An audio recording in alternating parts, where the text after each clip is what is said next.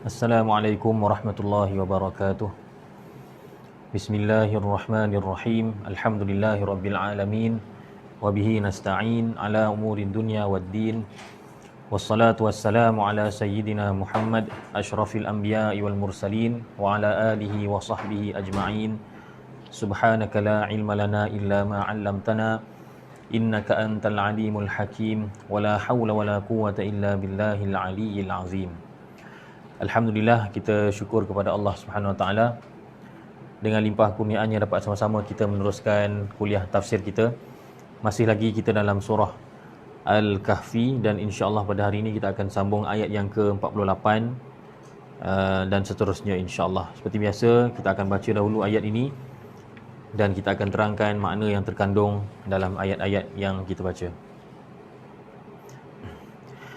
أعوذ بالله من الشيطان الرجيم بسم الله الرحمن الرحيم وعرضوا على ربك صفا لقد جئتمونا كما خلقناكم أول مرة بل زعمتم أن لن نجعل لكم موعدا ووضع الكتاب فترى المجرمين مشفقين مما فيه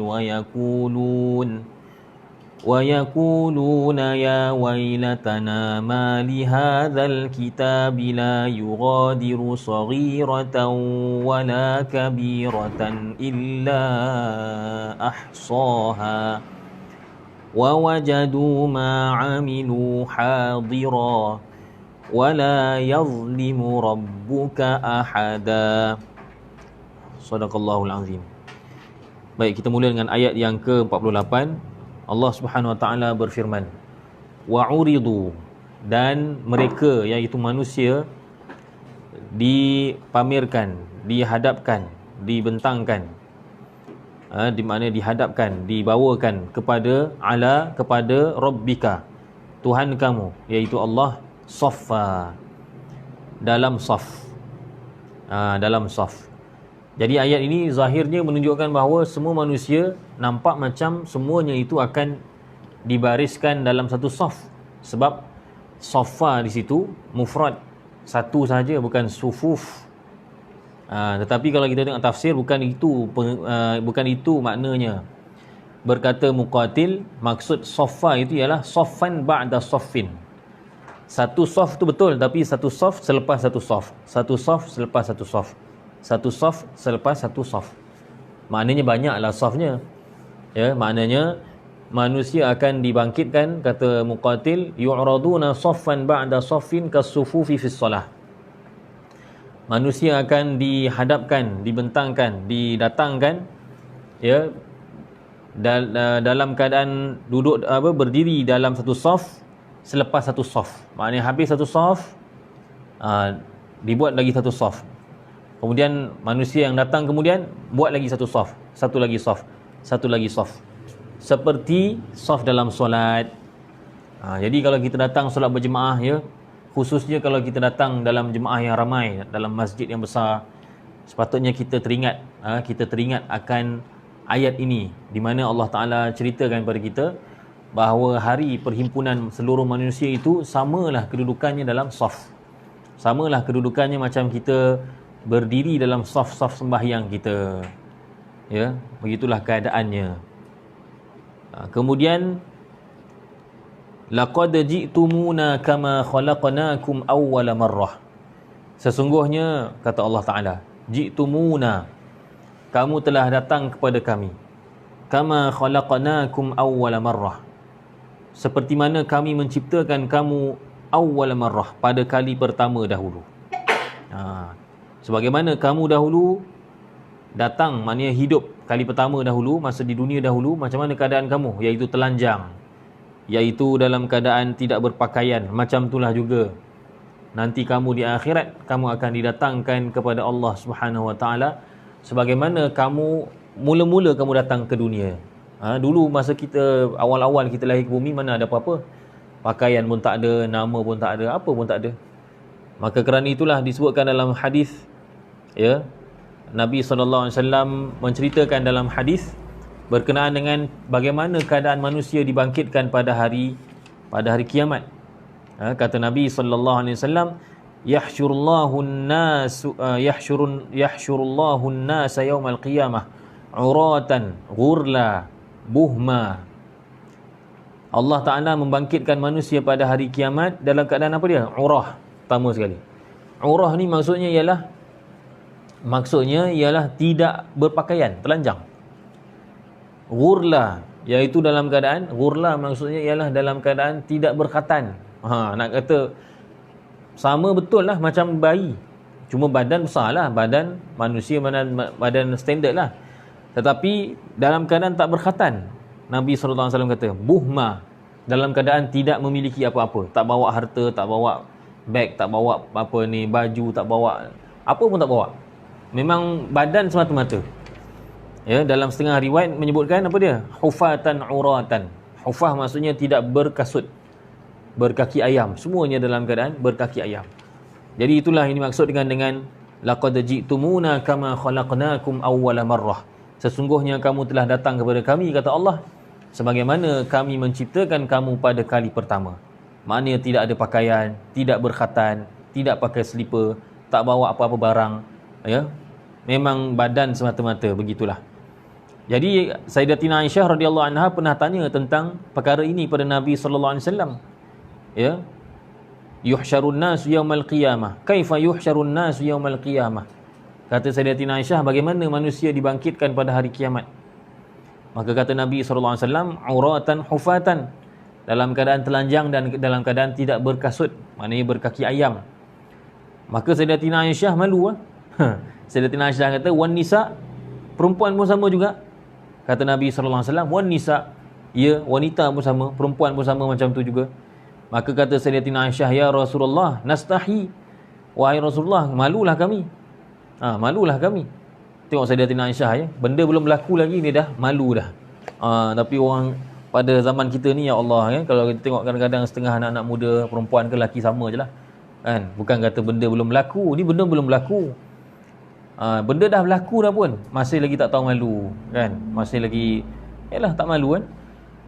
Menayangkan tubuh badan dan sebagainya.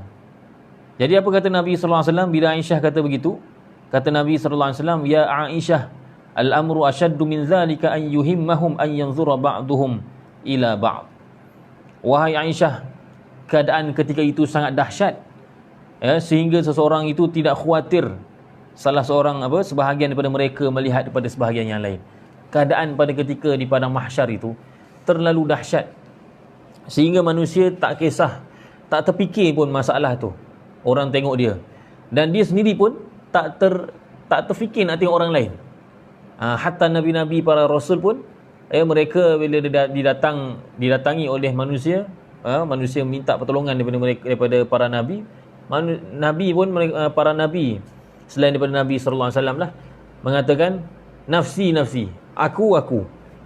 Kerana masa ketika itu semua manusia takut, dalam keadaan ketakutan.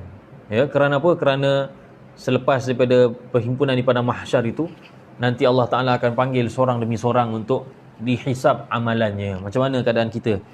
Kalau kita contohnya akan menghadapi peperiksaan yang sangat besar, contohnya peperiksaan pula bukan peperiksaan bertulis, peperiksaan syafawi, ujian lisan, ya, seorang demi seorang. Masya Allah, kita akan rasa takut. Kalau peperiksaan tu peperiksaan yang besar lah, kalau kecil tak ada masalah. Tapi itu sikit baru. Bagaimana nanti di akhirat, di mana hisab itu ialah pemutus. Ya, pada ketika hisab itulah Allah Ta'ala akan putuskan sama ada kita ni adalah ahli syurga ataupun ahli sama ada ahli syurga ataupun ahli neraka. Ya. Jadi itulah keadaan. Tapi itu keadaan awal. Manusia pada awal masa dibangkit daripada kubur itu memanglah dalam keadaan telanjang. Tapi selepas itu, selepas daripada manusia dibangkitkan, ada orang yang akan dipakaikan pakaian. Bukannya memang keadaan dia memang bogel, dia telanjang sampai masuk syurga, tak. Lepas daripada bila dah bangkit daripada syurga, ada orang yang Allah Ta'ala akan berikan pakaian pada dia mengikut amalan masing-masing. Siapa dia orang yang mula-mula sekali akan dipakaikan pakaian? Dalam hadis riwayat Al-Bukhari, Nabi SAW bersabda bahawa awwalu man yuksa yaumal qiyamah Ibrahim. Sesungguhnya orang yang pertama sekali akan dipakaikan pakaian ialah Nabi Ibrahim. Nah, Nabi Ibrahim mula-mula sekali akan diberikan pakaian setelah dibangkitkan. Nabi Ibrahim.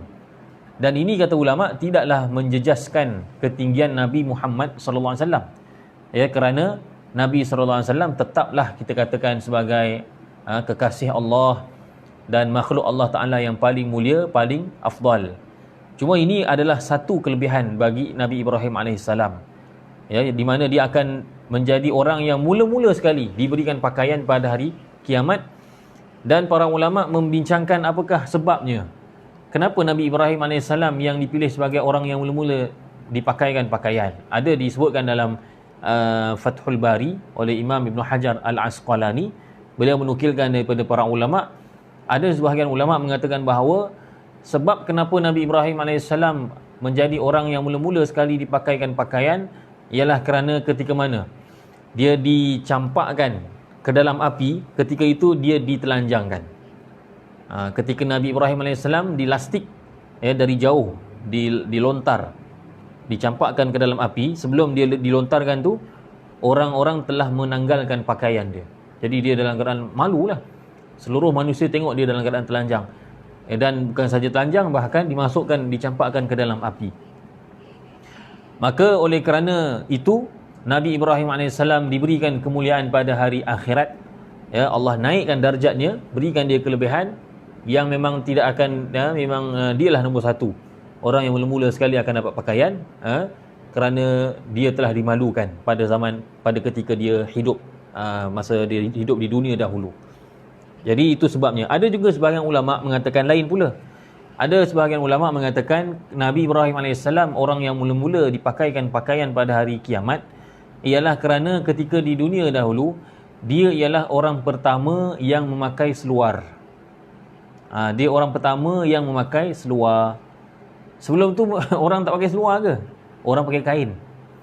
Sebelum zaman Nabi Ibrahim, orang lelaki atau perempuan hanya melilit kain pada pinggang mereka.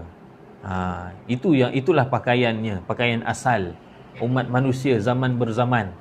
Wallahu alam, ya. Tapi kalau kita tengok dalam kitab Fathul Bari, dia kata inilah dia Imam Ibn Hajar mengisyaratkan pendapat itu pendapat yang dhaif. Tapi tak apalah, walau apa juga keadaan, hadis yang sahih mengatakan bahawa memang Nabi Ibrahim AS orang yang mula-mula sekali akan dipakaikan pada hari akhirat nanti. Kemudian barulah Nabi SAW dan orang-orang yang lain. Jadi kita ni, orang yang bukan Nabi, bukan apa, orang biasa, orang awam macam kita ni, adakah kita beroleh peluang untuk kita mendapat pakaian pada hari akhirat? Itu persoalan dia. Kadang-kadang kita sibuk memikirkan pakaian kita masa di dunia ni. Kita tak fikir pun di akhirat nanti ada ke tidak pakaian kita. Ya, padahal akhirat itu lebih utama. Walal akhiratu khairul laka minal ula. Allah kata akhirat itu lebih baik bagi kamu dan lebih utama bagi kamu. Ada tak peluang? Ada. Antara amalan yang membolehkan seseorang itu diberikan pakaian pada hari akhirat ialah apa dia? Mengucapkan takziah kepada orang yang ditimpa musibah. Sama ada kematian, kemalangan, sakit dan sebagainya. Berdasarkan hadis riwayat Ibnu Majah, ma min mu'minin yu'azzi akhahu bi musibatin illa kasahu Allah Subhanahu wa ta'ala min hulalil karamati yaumil qiyamah. Kata Nabi SAW, tidak ada seorang mukmin yang mengucapkan takziah kepada saudaranya disebabkan suatu musibah, melainkan Allah Ta'ala akan memakaikannya pakaian daripada perhiasan kemuliaan pada hari kiamat. Ya. Ni kadang-kadang kita tengok dalam WhatsApp kan, orang kata ada kematian. Kadang-kadang kita berat sangat tangan kita nak type takziah. Ucaplah takziah. Ya, ucap takziah. Jangan kita malas. Alah, orang lain semua dah buat. Kan kalau saya buat, saya tulis takziah pun, bukan orang baca, bukan dia baca pun. Dia baca ke, dia tak baca ke, itu dia punya hal. Yang penting kita ni nak dapat pahala. Jadi mengucapkan takziah ni sunat. Ya, kelebihannya ialah orang yang rajin mengucapkan takziah bila tahu ada kematian, ada musibah dan sebagainya. Orang ini, kata Nabi SAW, akan diberikan pakaian dengan perhiasan kemuliaan pada hari kiamat. Hadis riwayat Ibnu Majah. Dan mengucapkan takziah ini yang sunnahnya ialah dalam masa 3 hari selepas kematian. Selepas 3 hari sudah tidak disunatkan lagi. Selepas 3 hari. Ya, kerana apa? Kerana selepas 3 hari kalau kita ucap takziah, maka sebenarnya bukan meredakan, bahkan mengingatkan dia lagi kepada kematian tersebut. Biasanya lepas 3 hari orang dah move on. Orang dah tak sedih lagi. Tapi bila kita datang kita ucap takziah, lagilah pula dia sedih balik. Elok dia dah lupa, dia jadi sedih pula balik, sedih semula. Kecuali sekiranya kita bermusafir, ataupun dalam konteks zaman kita ni, sekiranya kita ni tak ada di tempat kejadian ketika itu, maka bila kita balik walaupun sudah lebih 3 hari, boleh kita ucap takziah. Boleh. Kan? Kita balik kampung, jiran kita kematian ibunya atau bapanya. Kan? Kita balik kampung. Lepas 4 hari kita balik semula ke rumah kita, kita pergi jiran sebelah, kita kata pada dia, inilah salam takziah, semoga Allah Ta'ala memberikan kekuatan hati dan kesabaran kepada keluarga untuk menghadapi ujian ni. Kesabaran tu pahalanya besar. Setiap kita memang akan mati pun, yang pergi tu pergi, kita yang hidup ni mesti teruskan kehidupan. Itu cara takziah. Sebenarnya ucapan takziah ni dia tak cukup dengan kita kata salam takziah. Mana cukup? Salam takziah saja. Apa benda yang kita faham? Takziah itu maksudnya ialah kita meredakan kesedihan dia. Jadi kena panjang sikit lah. Kena bagi nasihat tentang kesabaran, atau mendoakan supaya orang yang ditimpa musibah itu mendapat pahala, atau dipermudahkan urusan, atau arwah yang meninggal dunia itu mudah-mudahan ditempatkan bersama dengan orang yang baik-baik. Itu baru namanya takziah. Kalau sekadar salam takziah, Iman, itu tak cukup. Kan? Tak cukup tu. Dia kena lebih lagi. Salam takziah, semoga baru jadi takziah. Baik, itu yang pertama. Yang kedua ialah amalan yang kedua yang membolehkan seseorang itu mendapat pakaian pada hari akhirat ialah apa dia?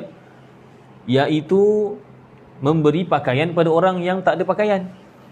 Bila kita tahu ada kutipan, kan, derma untuk banjir contohnya. Orang banjir ni, orang yang terkena banjir, memang habislah pakaian dia.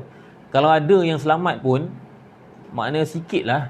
Dia pun nak ganti-ganti juga, nak tukar-tukar baju, kan. Jadi bila kita tahu ada orang yang tak ada pakaian, maka kita bagi pakaian pada dia, maka insya-Allah Allah Ta'ala akan berikan kita pakaian warna hijau di dalam syurga.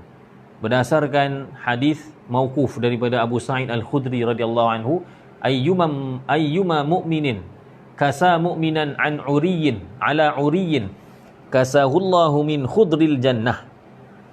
Ya, kata Nabi sallallahu alaihi wasallam, mana-mana mukmin yang memberi pakaian kepada mukmin yang lain yang dalam keadaan telanjang, sama ada tak ada pakaian langsung atau ada tapi nak tukar pakaian lain, maknanya perlu pada pakaian lain untuk ganti-gantikanlah, Allah Ta'ala akan memakaikannya pakaian daripada khudril jannah.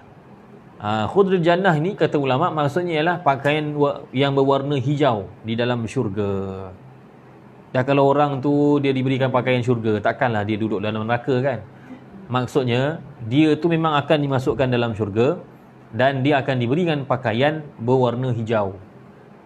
Ini hadis ini yang mauquf disahihkan oleh Imam At-Tirmizi rahimahullahu taala. Inilah dua pakaian. Ada satu lagi tapi hadis ni panjang jadi saya tak sempat salin. Satu lagi amalan ialah meninggalkan pakaian semata-mata kerana tawaduk. Ada hadisnya lebih panjang, saya tak salin lah. Ya, orang yang di dunia ni dia nak pakai pakaian ni tapi dia rasa macam nampak bongkak sangatlah. Dia tinggalkan pakaian tu semata-mata kerana tawaduk dan semata-mata kerana Allah. Orang yang tinggalkan pakaian tu nanti di akhirat Allah akan balas, Allah akan berikan dia ganjaran dengan diberikan pakaian kepada dia pada hari akhirat, di mana orang-orang yang lain yang berdosa dan sebagainya, mereka tak ada pakaian. Jadi bila kita nak pakai, kita kena fikir juga, ini pakaian ni ada menimbulkan kibir, rasa sombong ke tidak. Kalau sekiranya kita tinggalkan pakaian itu kerana nak menjaga hati kita, tawaduk kita, maka nanti di akhirat Allah Ta'ala akan gantikan ya, dengan memberikan kita pakaian pada hari akhirat nanti. Itulah antara amalan yang membolehkan seseorang itu mendapat pakaian pada hari akhirat. Tetapi secara umumnya rata-rata manusia, laqad ji'tumuna kama khalaqnakum awwala marrah. Allah kata, ya, sesungguhnya kamu datang kepada kami sebagaimana kami menciptakan kamu pada kali pertama. Maknanya telanjang. Itu secara umumnya, memang tak pakai apa-apa. Bal za'amtum allan naj'ala lakum maw'ida. Bahkan kamu dahulunya, masa kat dunia dahulu, kamu menyangka bahawa kami tidak akan membuatkan bagi kamu masa perjanjian. Maknanya kamu di dunia dahulu, wahai orang-orang yang ingkar, kamu dahulu menyangka bahawa kami tidak akan membuat satu waktu yang tertentu, satu waktu perjanjian untuk kita bertemu. Maknanya kamu dahulu ketika dunia dahulu, kamu tak percaya pada hari akhirat. Itu maksud dia. Itu berkenaan dengan orang-orang kafir lah. Mereka tak percaya hari kebangkitan semula. Maka Allah kata di akhirat nanti, Allah kata kepada mereka, itulah, dahulu kamu tak percaya adanya hari akhirat. Sekarang ni tengok, kamu sendiri berada dalam hari akhirat, di alam akhirat. Kamu dibawa, dihadirkan kepada aku. Allahu Akbar. Kemudian Allah Subhanahu Wa Taala berfirman, wa wudi'al kitab, dan diletakkan kitab. Diletakkan kitab. Letak kat mana? Kata Imam Baghawi, maksudnya ialah diletakkan pada tangan-tangan manusia, sama ada di kanan atau di kiri.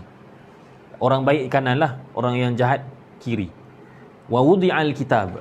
Wudi'a maksudnya diletakkan. Al-kitab maknanya kitab amalan kita. Dan diletakkan kitab. Fataral mujrimina, maka kamu melihat, wahai Rasulullah SAW, kamu akan melihat nanti di akhirat al-mujrimin, orang-orang yang berdosa, musyfiqin, mereka dalam keadaan takut. Musyfiqin maksudnya khaifin, takut. Takut kenapa? Mimma fihi, takut tentang apa yang ada di dalamnya. Manusia, terutamanya orang kafir, dia dapat saja kitab buku catatan amal tu, takut dia nak tengok dalam tu, kerana dalam tu penuh dengan dosa-dosa yang dia buat, dan dia sendiri tahu, sebab dia sendiri yang buat dosa tu, bukan orang lain. Nak tengok pun takut. Musyfiqina mimma fihi wa yaqulun, dan mereka mengatakan, ya wailatana, alangkah celakanya kami. Dia sendiri mencaci, memaki dirinya sendiri, menghina dirinya sendiri. Ma li hadzal kitab, apakah kitab ini? Kitab apa benda ni? La yughadiru saghiratan wala kabiratan illa ahsaha. Kitab ini tidak meninggalkan baik yang kecil maupun yang besar, melainkan kesemuanya dicatatkan. Bila dia tengok saja kitab tu, kitab apa benda ni? Semua dosa yang kecil yang besar semuanya ditulis. Tak ada satu pun yang tertinggal. Dalam surah Az-Zalzalah pun biasa kita dengar kan. Faman ya'mal mithqala dzarratin khairan yarah wa man ya'mal mithqala dzarratin syarran yarah. Siapa yang melakukan satu amalan daripada amalan kebaikan, walaupun sebesar mithqala dzarrah, sebesar zarah kebaikan, maka dia akan melihatnya. Dia akan tengok dalam kitab sudah tertulis. Wa man ya'mal mithqala dzarratin syarran yarah. Dosa pun sama, keburukan walaupun sebesar zarah, dia akan dapati, akan dicatat dalam buku catatan amal dia. Kerana itu Allah Ta'ala mengatakan, maknanya apa? Maknanya Allah Ta'ala tidak menzalimi sesiapa. Allah Ta'ala, kerana itu Allah Ta'ala mengatakan, wa wajadu ma amilu hadira, dan mereka mendapati apa yang mereka amalkan, apa yang mereka lakukan di dunia dahulu, hadira, semuanya itu hadir, ada dalam buku itulah. Wala yazlimu rabbuka ahada, dan Tuhan kamu tidaklah menzalimi seorang pun. Bila kata seorang, apatah lagi semua. Jadi mudah katanya, Allah Ta'ala memang tidak pernah menzalimi sesiapa pun. Dalam ayat yang lain Allah kata, innallaha la yazlimu mithqala dzarrah, sesungguhnya Allah Ta'ala tidak menzalimi walaupun sebesar zarah, walaupun seberat zarah, sikit pun Allah Ta'ala tidak pernah menzalimi. Wa in taku hasanatan yudha'ifha wa yu'ti min ladunhu ajran 'azima, dan kalau ada kebaikan, Allah Ta'ala akan menggandakannya dan memberikan dari sisinya ganjaran yang besar. Bukan sahaja tidak zalim, bahkan Allah berikan lebih daripada apa yang selayaknya. Yang pahala tu Allah gandakan. Dan yang dosa itu Allah Ta'ala akan perintahkan malaikat untuk catat dalam buku catatan. Memang tak digandakan, tapi satu benda pun tidak akan ditinggalkan. Semuanya akan ditulis dosa kita. Kemudian Allah Subhanahu wa Ta'ala berfirman, wa idh qulna lil malaikati isjudu li adama fasajadu illa iblisa kana minal jinni fafasaqa an amri rabbih afatattakhidunahu wa dhurriyyatahu awliya'a min duni wa hum lakum adu bi'sa lizzalimina badala. Dan ketika mana, wa iz, dan ketika mana. Ini kata ulama dia ada takdir lah. Maksudnya ialah wazkur iz, dan ingatlah ketika mana. Qulna, ketika mana kami mengatakan lil malaikati, kepada para malaikat, usjudu, sujudlah kamu, li Adam, kepada Adam. Fasajadu, maka semua malaikat sujud, illa, kecuali iblis. Arab kata iblis, kita pun kata iblis. Kana minal jin, adalah iblis itu daripada golongan jin. Fafasaqa an amri rabbih, lalu dia telah keluar. Fasaqa maknanya keluar, kharaja, keluar daripada perintah Tuhannya. Dia telah keluar daripada perintah Tuhannya, maknanya dia tidak taat. Jadi dalam ayat ini Allah Ta'ala mengingatkan kembali kita tentang peristiwa antara Nabi Adam dan juga iblis. Nabi Adam, malaikat, iblis. Itulah watak-watak utama dalam cerita itu. Cerita pada awal dahulu ketika Nabi Adam diciptakan oleh Allah Subhanahu Wa Taala.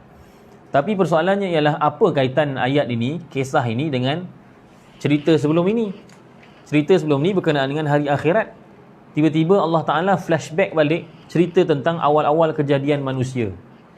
Kata Syekh Tantawi rahimahullah ta'ala, tujuan dia ada tujuan, mesti ada tujuan, takkan tak ada tujuan. Tujuannya ialah nak mengingatkan anak Adam bahawasanya permusuhan antara Nabi Adam dan juga iblis serta zuriatnya itu sejak dahulu lagi sudah berlaku. Maka diingatkan manusia ni tentang mula-mula iblis memusuhi Nabi Adam. Supaya apa? Tujuannya supaya anak Adam jangan terpengaruh, jangan leka dan jangan termakan hasutan iblis dan syaitan. Itu tujuan dia. Kan sebelum ni kan cerita tentang dosa pahala kan, semuanya ditulis dalam buku catatan amal. Maka Allah nak bagi tahu pada manusia bahawasanya manusia ni tergelincir disebabkan hasutan syaitan.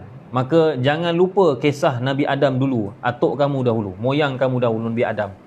Dahulu lagi dia telah Nabi Adam AS sudah didengki oleh iblis. Maka kamu wahai anak Adam, kalau kamu nak pastikan buku catatan amal kamu bersih, kamu kena bermusuh dengan iblis serta syaitan. Barulah kamu akan dapati buku catatan amal kamu bersih, tak ada catatan dosa. Itulah kaitan dengan ayat sebelumnya.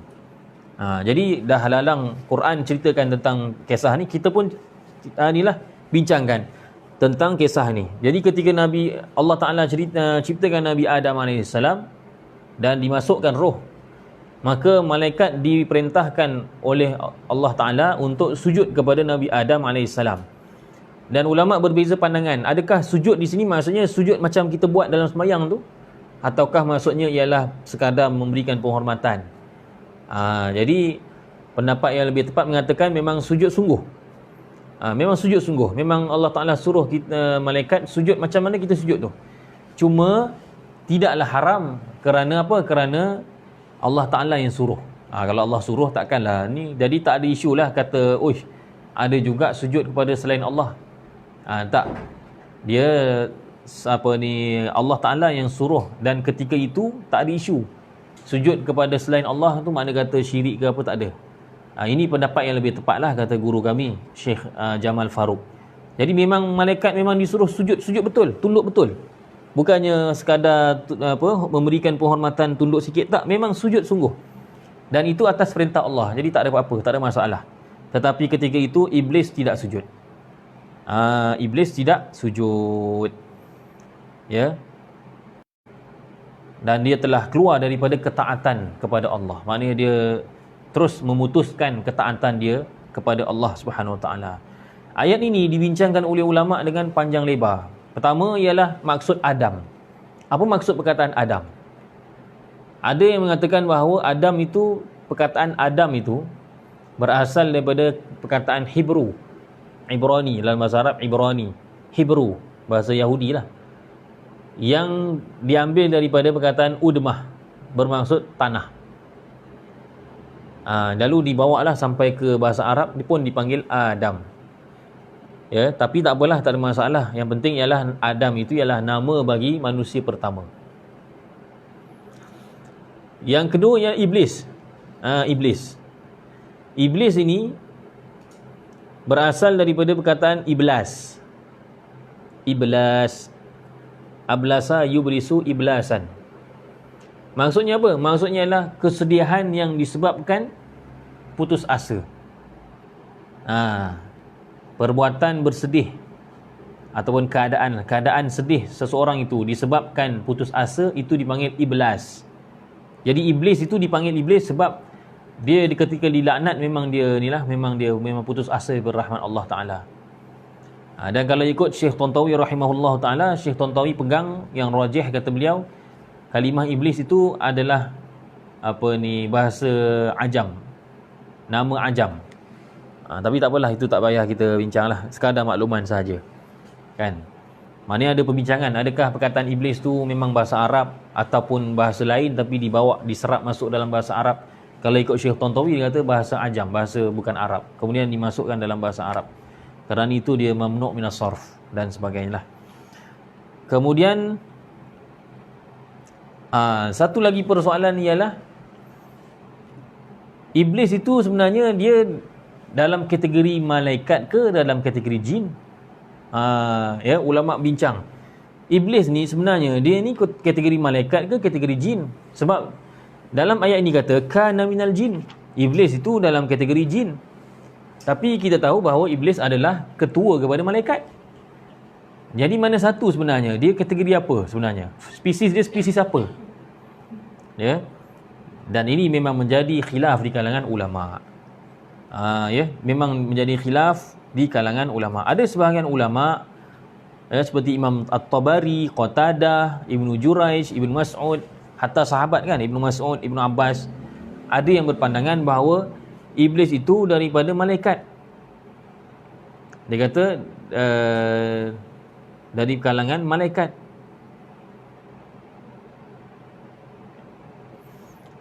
Sebab apa? Sebab dalam Quran Allah Ta'ala menyatakan bahawa, mana ayat dia? Ni. Dalam ayat yang lain lah, bukan dalam surah ni. Fasajadal malaikatu kulluhum ajma'un illa iblis. Lalu malaikat semuanya sujud melainkan iblis. Jadi kalau melainkan iblis, bermakna iblis adalah sebahagian daripada malaikat. Macam kita kata semua pelajar 5 amanah semua hadir kecuali Zaid. Kecuali Zaid. Bermakna Zaid tu salah seorang daripada pelajar 5 amanah. Kalau dia 5 pintar, tak kenalah ayat tu. Semua pelajar 5 amanah hadir kecuali Zaid. Tapi Zaid kan kelas lain, kenapa disebut sekali? Itu hujah dia lah. Jadi ada ulama mengatakan bahawa iblis itu dari kalangan malaikat. Spesies malaikat maksudnya. Dia sama spesies dengan malaikat. Tetapi pandangan yang lebih tepat, ya, mengikut Syekh Tantawi dan Imam Ibn Kathir, dan inilah pandangan yang saya cenderung pada pandangan inilah, ya, sebab yang kata ni ialah Imam Ibn Kathir dan juga Syekh Tantawi. Pandangan yang kedua ni mengatakan bahawa iblis itu dia kategori jin, cumanya dia jadi ketua malaikat. Itu saja. Dia spesies jin tapi menjadi ketua malaikat. Tak ada masalah walaupun spesies lain tapi jadi ketua, tak apa. Dan ayat yang kita baca tadi dalam surah Al-Kahfi ayat 50 inilah dalil. yang menunjukkan bahawa iblis itu daripada jin. Kana minal jin. Kana minal jin. Jadi iblis itu daripada jin. Disokong pula hadis yang didatangkan oleh Imam Ibn Katsir. Hadis dalam Sahih Muslim daripada Aisyah radhiyallahu anha, kata Nabi sallallahu alaihi wasallam, khuliqatil malaikatu min nur wa khuliqa iblisu min marijim min nar. Malaikat itu diciptakan daripada nur, iaitu cahaya, dan iblis diciptakan daripada api. Wa khuliqa Adam mimma wusifa lakum, dan diciptakan Adam daripada apa yang disifatkan kepada kamu. Maknanya bertanah lah. Jadi dalam hadis riwayat Muslim ini jelas membuktikan bahawa memang iblis dengan malaikat lain, unsur kejadiannya lain. Dan ini pun kita pegang daripada dulu kecil pun memang macam ni lah. Kan, memang kita sedia maklum bahawa malaikat itu daripada cahaya, iblis itu daripada api. Daripada api. Ini pendapat yang insya-Allah lebih tepat lah. Ayat ni pun jelas. Kana minal jin. Iblis itu dari golongan jin. Cuma timbul persoalan pula. Apa pula beza antara iblis dengan jin? Sudah. Lepas tu nanti bawah tu ada disebutkan zuriatnya. Afatattakhizunahu wa zurriyatahu. Siapa pula zuriat iblis? Banyak persoalan ni. Ayat ni. Okey, kita settlekan hari ni insya-Allah. Apa beza di antara iblis, zuriatnya iaitu syaitan. Zuriatnya maknanya syaitan. Anak cucu iblis namanya syaitan. Apa beza antara iblis, syaitan, jin? Tiga benda ni. Apa beza antara tiga ni? Okey. Kata Al-Hasan Al-Basri, jin iblis itu ialah, kata beliau, iblis aslul jin. Iblis itu ialah tok nenek jin. Maknanya asal kejadian jin iblis. Kama anna Adam aslul insan. Aslul ins. Seperti mana Nabi Adam itu ialah asal manusia. Jadi manusia pertama Adam. Jin yang pertama iblis. Jin yang pertama ialah iblis. Okey, itu dah jelas lah. Tapi ada pula satu lagi istilah syaitan. Tadi kita dah faham iblis nombor satu, bawahnya tu semua anak beranaknya panggil jin. Okey, faham dah. Tapi ada satu lagi namanya syaitan. Syaitan ini kata Imam Ar-Razi, Fakhruddin Ar-Razi dalam tafsirnya, ketika beliau menafsirkan surah dalam tafsirnya mengatakan, dia kata al-asahhu anna syaitana qismun minal jin. Kata beliau pendapat yang sahih ialah syaitan itu satu bahagian daripada jin. Bermakna jin itu nama besar, nama umum bagi syaitan. Syaitan tu kecil. Maknanya semua syaitan adalah jin, tapi tak semua jin adalah syaitan. Fa kullu man kana minhu mu'mina fa innahu la yusamma bisyaitan. Kalau jin itu mukmin, kalau jin tu jin yang Islam lah, jin Islam panggil kan, jin yang beriman, dia tidak dinamakan syaitan. Dia dinamakan jin je lah. Okey, kita ulang balik. Kita buat kesimpulan. Ya, kalau kita manusia, nombor satu ialah Adam. Kahwin dengan Siti Hawa, Sayyidatina Hawa, dapatlah anak keturunannya, semua dipanggil anak Adam ataupun manusia, insan, bashar dan nama-nama lain lah. Tapi kalau jin, nombor satu yang mula-mula sekali ada ialah iblis. Kemudian dia beranak pinak, anak-anaknya segala keturunannya itu semua namanya adalah jin. Daripada jin yang ramai-ramai itu, yang jahat, yang kafir dipanggil syaitan. Yang beriman kekallah namanya sebagai jin. Jadi iblis di bawahnya itu ada yang beriman, iaitu jin. Dan satu lagi ialah yang kafir, namanya syaitan. Kesemuanya itu, jin ke, syaitan ke, semuanya itu adalah anak cucu iblis. Kan kadang-kadang ada orang keliru, kata perbuatan jin ke perbuatan syaitan, sihir ni. Dia kata kan, jin ke syaitan, sama je lah. Kan, kalau dia kata syaitan, syaitan pun daripada jin. Tapi bila dia kafir, maka dipanggil syaitan. Sebenarnya dia jin juga, syaitan juga adalah jin. Syaitan adalah jin. Sebab jin ni dia nama umum, meliputi syaitan dan juga yang jin yang Islam. Itu dia. Ya, jadi jin ni ada dua, satu jin Islam. Tak boleh panggil syaitan sebab dia Islam. Yang kedua, jin yang kafir, itu dipanggil syaitan. Jadi yang selama ni kita kata syaitan kencing apa ni pada telinga orang yang tak bangun sembahyang subuh. Dalam hadis ada sebut kan, balas syaitan fi udhunai. Syaitan buat ini, syaitan buat ni. Maknanya syaitan dan dia juga jin. Tapi sebab dia kafir dipanggil syaitan. Yang kata jin Islam apa semua ada dulu-dulu orang dulu buka tanah gunakan perkhidmatan jin Islam. Samalah jin Islam tu samalah macam syaitan.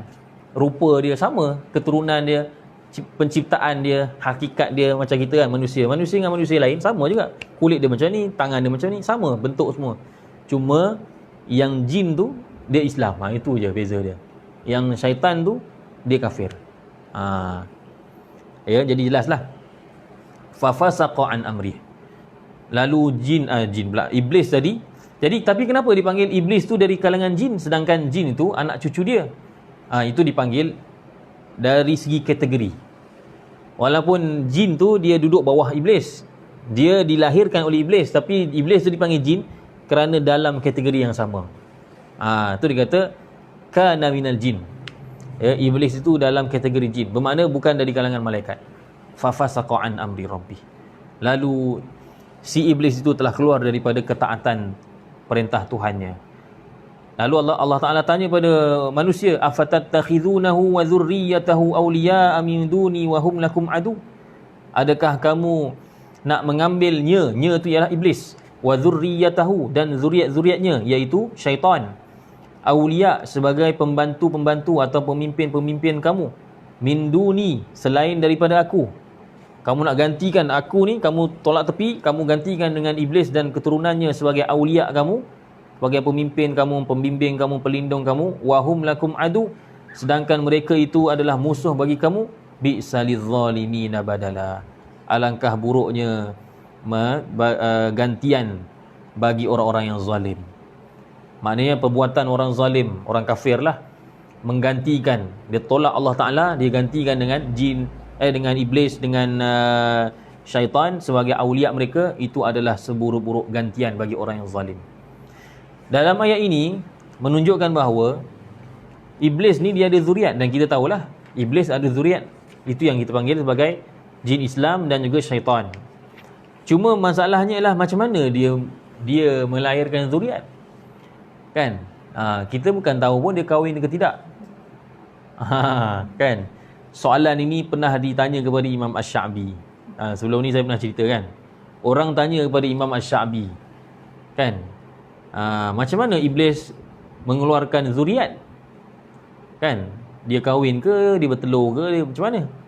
Maka kata Imam Sya'bi, dia kata itulah majlis pernikahan yang saya tak hadir. Sebab tu saya tak tahu siapa bini dia. Kalau tak, saya boleh bagi tahulah siapa isteri dia. Dia kata tu Imam Sya'bi kata macam tu. Dia kata itulah majlis pernikahan yang saya tak hadir. Dan saya tak hadir, macam mana saya nak cakap? Ya. Itu jawapan yang selamat lah. Maknanya kata kita serahkan pada Allah Ta'ala lah. Tak payah kita bincang-bincang kan. Sebab perkara itu perkara yang gaib, dan tak ada faedah yang besar pun kalau kita tahu. Tapi sekadar maklumat lah. Ada ulama dalam masalah ni memang ada khilaf di kalangan ulama. Imam Qatadah mengatakan bahawa memang bila kata zuriat bermakna iblis ada isteri, ada makhluk lain yang Allah Ta'ala ciptakan dan mereka berkahwin dengan, dan dia kahwin dengan iblis. Ada bini lah. Kalau ada zuriat, mana yang mesti dia ada kahwin. Itu yang difahami oleh Qatadah daripada ayat tadi, afatattakhizunahu wa dzurriyyatahu. Dia faham, Imam Qatadah faham, maknanya mesti ada isteri. Kalau tidak, macam mana ada zuriat? Tapi ada juga imam lain seperti Imam Mujahid mengatakan, yang ni saya sebut sekali lalu je lah. Dia kata iblis ni dia masukkan satu kemaluan dia ke dalam kemaluan yang lain. Dia ada dua kemaluan. Dia masukkan, lalu bertelurlah dia 5 biji telur. Wallahu alam. Itu kata Imam Mujahid. Iblis dia ada dua kemaluan, dimasukkan salah satu ke dalam satu yang lain, lalu dia bertelur dengan benih daripada diri dia sendiri, kahwin dengan diri sendiri, lalu keluarlah 5 biji telur. Daripada 5 tu jadilah 5 anak. Kemudian membiak. Semua tu dipanggil yang Islam dipanggil jin Islam, yang kafir dipanggil syaitan, dan kesemua itu adalah keturunan iblis. ya, keturunan iblis. Tapi ialah perkara ni kita serah, yang eloknya ialah kita serahkan kepada Allah Subhanahu wa taala. Kata Syekh Tantawi, tidak ada dalil yang sahih yang menyokong mana-mana pendapat, tak ada. Jadi kata Syekh Tantawi, yang eloknya kita wajib tafwid, serah kepada Allah taala. Ya. Dan kata Imam Al-Alusi, tidak semestinya kita tidak mengetahui bagaimana iblis melahirkan anak, lalu kita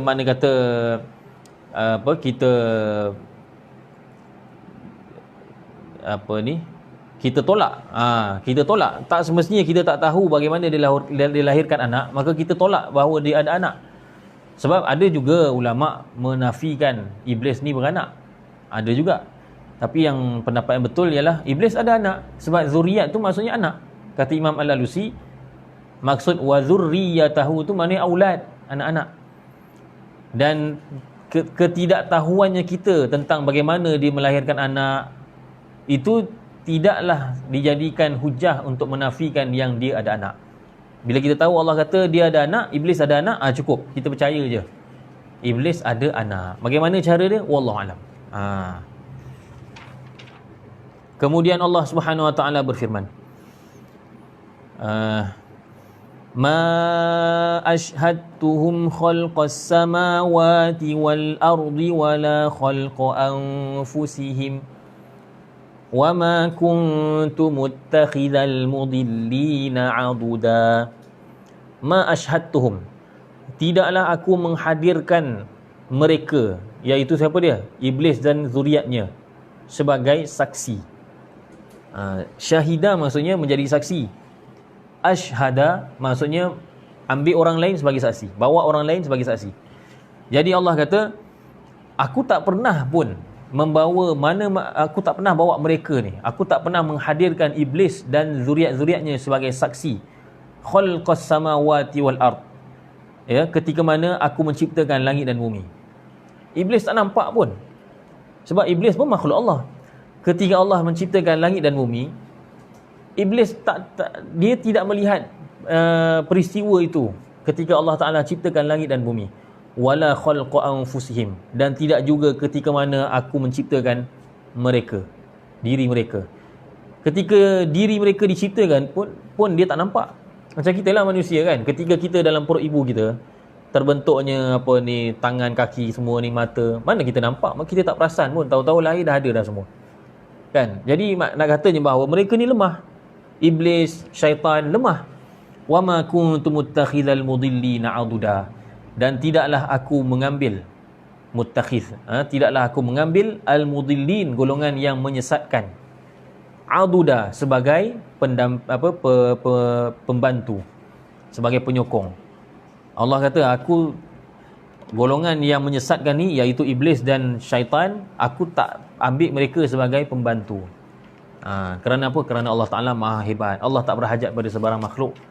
Lebih-lebih lagi ni iblis dan syaitan lagilah tak layak dijadikan sebagai pembantu, dan memang tak boleh jadi pun sebagai pembantu. Ya. Jadi dalam ayat ini Allah Subhanahu wa taala mengatakan bahawa mereka itu, iaitu jin dan syaitan, syaitan dan juga iblis itu ialah mudillin. Dia ada beza antara dhalin dengan mudillin. Dhalin ni maksudnya ialah mereka sesat, tapi belum tentu lagi mereka mengajak orang lain kepada kesesatan. Tapi iblis dan syaitan ni, dia bukan sahaja dia tu sesat, dia mudillin. Dia menyesatkan orang lain, membawa orang lain kepada kesesatan. Ya. Dia bawa orang lain kepada kesesatan. Di sini menunjukkan bahawa yang lebih bahaya ialah orang yang menyesatkan orang lain, orang yang mengajak manusia pada kesesatan.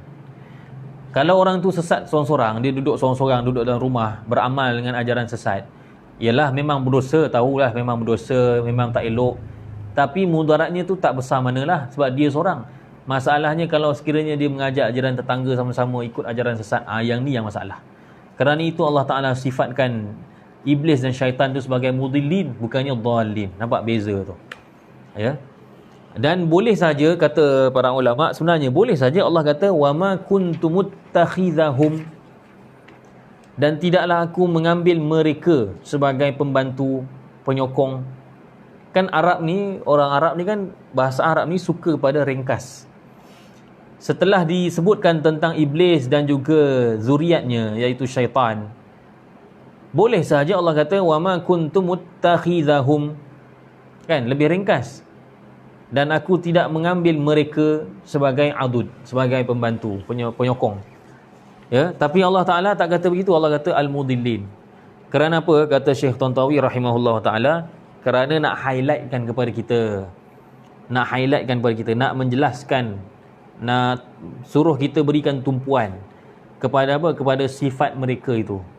Sifat jin dan syaitan dan juga iblis itu sifatnya ialah menyesatkan. Kalau kata hum, tak nampak sangat sifatnya. Wama kuntum muttakhidhahum aduda, tak nampak sangat. Jadi kerana itu dizahirkan sifatnya, wama kuntum muttakhidhal mudillina aduda, ya. Kemudian Allah Subhanahu wa taala berfirman, wa yauma yaqulu nadu syuraka'i allazina za'amtum fad'auhum falam yastajibu lahum waja'alna bainahum mawbiqa. Wa yauma, dan pada hari di mana yaqulu, dia iaitu Allah Taala berkata, nadu syuraka'i, panggillah, serulah orang-orang, serulah sekutu-sekutuku, allazina za'amtum, yang kamu sangkakan. Allah Ta'ala ni memang tak ada sekutu baginya, la ilaha illallah, la syarikalah, tak ada sekutu. Tapi di dunia ni ada orang-orang yang za'am, yang menyangka Allah Ta'ala itu ada sekutu-sekutu. Contohnya apa? Berhala yang sembah syaitan, maka syaitan itu disangkakan sekutu bagi Allah. Yang sembah jin, jin itulah sekutu bagi Allah, bagi dia lah. Jadi Allah kata, mana dia? Sekutu-sekutu aku yang kamu sangkakan aku ada sekutu. Panggil mereka. Nadu syuraka'i allazina za'amtum fada'auhum, lalu manusia yang dahulunya menyekutukan Allah, mereka pun menyerulah sekutu-sekutu Allah yang mereka sangkakan itu. Fada'auhum falam yastajibu lahum, semua sembahan-sembahan selain daripada Allah tu semuanya tidak menyahut.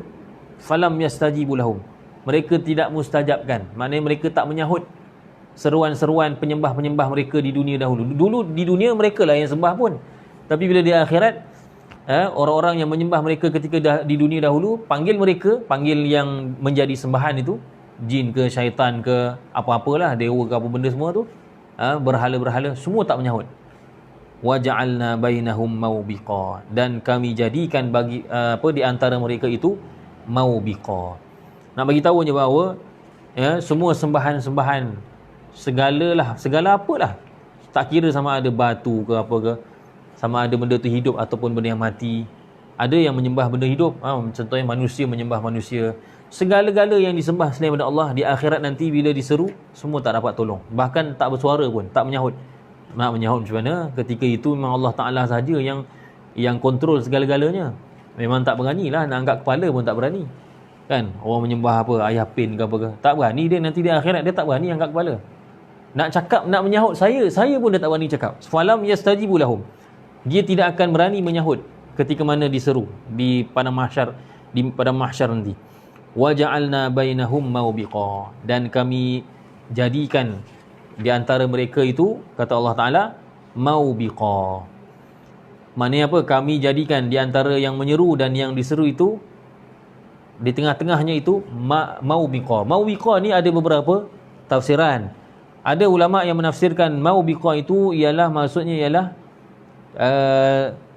lembah, satu lembah daripada Jahannam yang berisi darah dan juga nanah. Ni kata Anas. Sayyidina Anas radhiyallahu anhu kata mawbiqa itu maksudnya ialah lembah. Lembah ni maksudnya kawasan ni lah, macam apa, kawasan rendah kan, macam gaung macam tu. Satu lembah di dalam Jahannam yang terdiri di dalamnya itu ada darah dan juga nanah, sebagaimana disebutkan, dinukilkan oleh Imam Qurtubi. Kata Abdullah bin Amru, Maubiqah itu maksudnya ialah satu lembah yang sangat dalam, yang mana di situlah terpisahnya di antara orang yang baik dan orang yang sesat. Ada lembah yang memisahkan.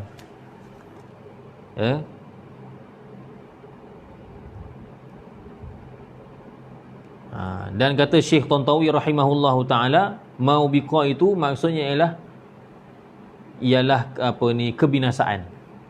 Kebinasaan. Jadi banyaklah tafsiran. Banyak tafsiran.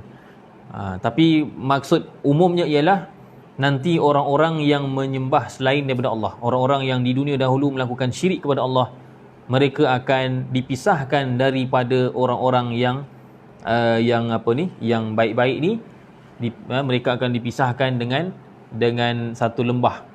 Jadi jarak jauh lah, mereka tak akan bercampur. Ataupun maksud yang lain ialah, maksudnya orang-orang yang melakukan syirik itu, mereka akan sama ada yang menyeru selain Allah atau orang-orang ataupun golongan yang diseru, yang disembah selain daripada Allah, kesemuanya itu akan dihimpunkan ke dalam Jahannam. Kedua-duanya itu akan dimasukkan ke dalam Jahannam. Kalau ikut Imam Tabari, Maubiqah itu ditafsirkan sebagai kebinasaan, kehancuran. Allahu Akbar. Kemudian yang terakhir untuk hari ini insya-Allah, ayat terakhir, وَرَأَى الْمُجْرِمُونَ النَّارَ فَظَنُّوا أَنَّهُمْ مُوَاقِعُوهَا وَلَمْ يَجِدُوا عَنْهَا مَصْرِفًا. وَرَأَى الْمُجْرِمُونَ, dan orang-orang yang berdosa akan melihat. Kalau kita tengok dalam ayat-ayat tentang hari kiamat, biasanya digunakan fi'il madhi, sedangkan cerita ni akan berlaku, bukannya telah berlaku. Kata para ulama, memang Allah Ta'ala sengaja datangkan dengan fi'il madhi. Kerana apa? Kerana benda ni dah pasti berlaku. Jadi bila pasti berlaku, digunakan fi'il madhi. Sebab fi'il madhi, benda yang telah berlaku. Macam semalam, kita cerita tentang semalam. Semalam tu memang dah berlaku, memang dah pasti berlaku. Sebab dah berlaku dah pun semalam. Jadi kedudukan ataupun keadaan di akhirat nanti, walaupun keadaan tu akan berlaku, belum berlaku sekarang, tapi oleh kerana Allah Ta'ala memang janji benda ni akan berlaku, jadi digunakan fi'il madhi untuk menunjukkan benda tu memang confirm berlaku, seolah-olah cerita semalam, seolah-olah perkara yang telah kita lalui semalam. Wa ra'al mujrimun, dan orang-orang yang berdosa akan melihat an-nar, neraka. Fadhannu, lalu mereka menyangka, annahum muwaqi'uha, bahawasanya mereka akan jatuh ke dalamnya. Annahum muwaqi'uha, mereka akan masuk ke dalamnya, jatuh ke dalamnya. Walam yajidu anha masrifa, dan mereka tidak akan mendapati masrif, iaitu jalan keluar, jalan melepaskan diri, anha, daripada neraka.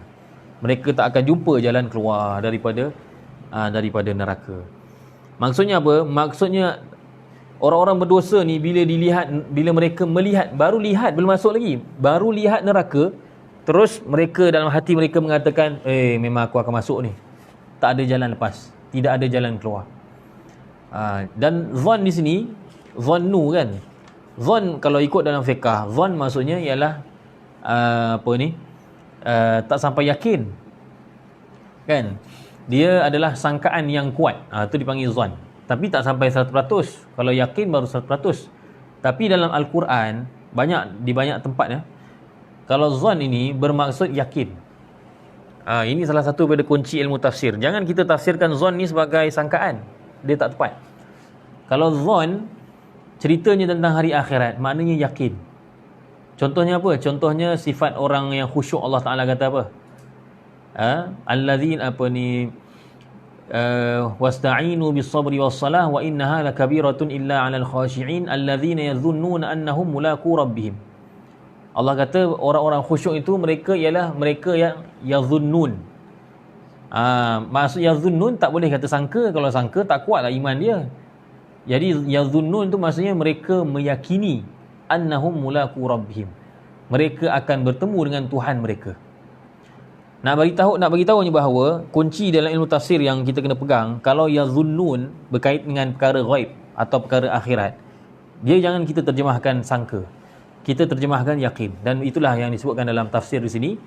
Maksud fadhannu, maksudnya lah lalu mereka yakin. Orang berdosa ni bila dia tengok neraka tu dibawa, ditarik oleh malaikat, kan dalam hadis disebutkan ya, malaikat itu ya, dalam tafsir Ibn Kathir disebutkan ya, neraka itu tuqadu bi 70,000 zimam, ma'a kulli zimamin 70,000 malakin, 70,000 malakin. Neraka itu ditarik. Dia bukan tetap, dia portable. Ditarik dengan 70,000 tali. Setiap tali itu ditarik oleh 70,000 malaikat. Dalam tafsir Ibn Kathir. Ketika mana mujrimun, iaitu orang-orang berdosa, dia tengok keadaan tu, neraka tu ditarik macam tu dengan api menyala-nyala, ya, terus datang keyakinan dalam hati mereka bahawa memang tak akan lepaslah kita, memang kita akan masuk neraka. Dalam hadis riwayat Ahmad mengatakan bahawa yang mujrimun, orang-orang berdosa ni, yang dia tengok neraka ditarik itu, ketika itu bukan neraka tu memang lalu depan mata dia, bukan. Ketika itu kalau mengikut hadis riwayat Ahmad, orang-orang kafir melihat neraka itu dalam jarak 40 tahun perjalanan. Dalam riwayat yang lain yang dinyatakan dalam tafsir Ibn Kathir, orang-orang kafir duduk kan, mereka berhimpun di padang mahsyar kan, 400 tahun perjalanan, maknanya jarak antara mereka dengan neraka tu 400 tahun perjalanan. Dari jauh macam tu lagi, bila orang-orang kafir melihat neraka, terus mereka dalam keadaan ketakutan, padahal jarak jauh lagi tu. Jadi ketika mereka melihat neraka tu ditarik, jauh lagi nak sampai, tapi dia tengok punya keadaan neraka tu ditarik, Allahu Akbar, terus ketakutan mereka. Terus mereka surrender, dia kata memang kita akan masuk ni, kita tak akan lepas. Dia kata annahum waqi'uha, memang kita akan masuk dalam neraka. Dalam ayat yang lain menyatakan bahawa neraka ni dia ada bunyi, dia ada suara. Dalam surah Furqan ayat 12, idza ra'athum min makanin ba'idin sami'u laha taghayyuzan wa zafira. Ya, apabila neraka itu melihat mereka, neraka pun boleh tengok mereka, bukan mereka tengok neraka. Bila neraka melihat orang-orang kafir dari makan yang jauh, makanin ba'id, dari tempat yang jauh, maknanya jauh lagi ni nak sampai, neraka ditarik. Ketika neraka tu ditarik, neraka tengok ahli penduduk bakal-bakal ahli neraka, sami'u laha taghayyuzan wa zafira. Ahli-ahli neraka yang bakal masuk neraka tu, mereka mendengar neraka tu mengeluarkan bunyi taghayyuz, bunyi garang, bunyi marah. Neraka pun ada bunyi. Kita tak tahulah macam mana bunyi dia, tapi kalau kita nak bayangkan kan, contohnya kita dengar bunyi harimau atau singa mengaum, macam mana? Ketika pekerja zoo tu dia tarik singa tu, mengaum dia, kita yang ada di luar sangka pun kita terkejut, kita kan takut. Itu baru bunyi mengaumnya singa, belum lagi neraka. Neraka ni ada bunyi taghayyuz dalam Quran kata, dalam surah Al-Furqan ayat 12. Bunyi ngauman neraka tu, kalau dalam tafsir Al-Baghawi, kalau tak silap saya tak bawa hari ni, mengatakan bahawa bunyi bila neraka tu mengaum, bukan sahaja manusia, bahkan malaikat pun semuanya akan terduduk di atas lutut-lutut mereka. Semua akan tersungkur jatuh kerana takut. Lalu malaikat mengatakan, subhanaka ya Allah, ma abadna haqqa ibadatik. Malaikat yang tak ada dosa, yang jenis baik, dia pun bila dengar bunyi neraka tu, neraka marah, neraka mengaum, terduduk dia di atas lutut-lutut mereka. Maknanya inilah duduk macam tu, bersimpuh macam tu. Lalu dia kata, maha suci engkau wahai Allah, sesungguhnya kami belum beribadah kepadamu dengan sebenar-benar ibadah. Malaikat pun kata macam tu, manusia betul lagi kan. Malaikat yang tak pernah buat maksiat pun dia kata, ya Allah, takutnya neraka ni, ya Allah, kami ni belum buat ibadat sesungguh-sungguhnya pada kamu. Macam tu sekali. Itulah yang dapat kita gambarkan pada ayat tadi, keadaan di mana manusia ketika mana melihat neraka, belum masuk lagi, baru tengok dari jarak yang jauh sudah takut. Wa ra'al mujrimuna an-nar fa dhannu annahum waqi'uha wa lam yajidu anha masrifa. Wallahu alam, cukup untuk hari ini insya-Allah. Mudah-mudahan ya ayat-ayat serta tafsir yang kita telah bincangkan dapat menambahkan keyakinan kita pada hari akhirat, dan keyakinan itu sepatutnya membuahkan kepada kita, menaikkan semangat kita untuk beramal soleh dan menjauhi perkara-perkara maksiat supaya kita dapat jauh daripada api neraka. Ya, dan mudah-mudahan kita juga dapat sampaikan pengajaran ayat-ayat yang kita baca ini kepada orang lain insya-Allah. Sehingga bertemu lagi pada kuliah yang akan datang. Terima kasih atas perhatian tuan-tuan dan puan yang mengikuti sama ada secara online ataupun offline. Sekian saja. Wassalamualaikum warahmatullahi wabarakatuh.